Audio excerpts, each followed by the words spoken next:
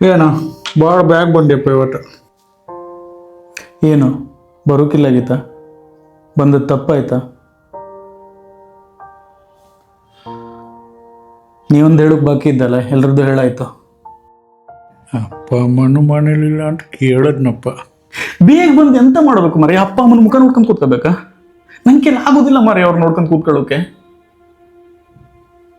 ಅವ್ರು ನೋಡ್ ಕೂತ ಸತ್ತು ಹೋಗ್ಬೇಕು ಅನಿಸ್ತದೆ ನಂಗೆ. ನನ್ನಂತ ಮಗ ಹುಟ್ಟು ಬದಲು ಬೇರೆ ಯಾರು ಹುಟ್ಟಿದ್ರೆ ಅವರು ಆರಾಮಾಗಿರ್ತಿರಲ್ಲ ಅಂತ ಹೇಳ್ಕಂಡು.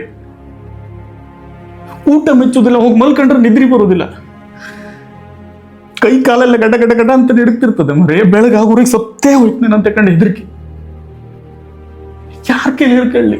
ದೇವ್ರು ಒಂದ್ ತಾಸು ನಿದ್ರೆ ಬರ್ಲಿ ಅಂತ ದೇವ್ರಿಗೆ ಬೇಡ್ಕೊಳ್ಳೋದೇ ಆಗೋಯ್ತು ಡೈಲಿ.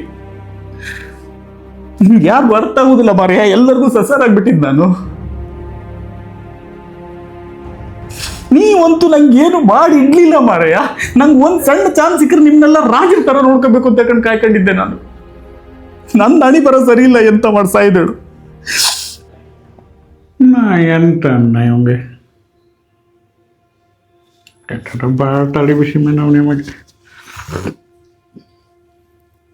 ಟೊಮ್ಯಾಟೊ ಹಾಕಲಾಗಿದೆ ಹಂಗೆ ಇವತ್ತೆ. ಈಗ ನಂಗೆ ತಂದ ಡೊಂಡನೆ ಅದು ಬೇಕಾದ್ರೆ ಹಾಕು. कर ले दिल खोल के रुसवा मुझे, कर ले दिल खोल के रुसवा मुझे, तुझसे फिर भी नहीं शिकवा मुझे, तुझसे फिर भी नहीं शिकवा मुझे।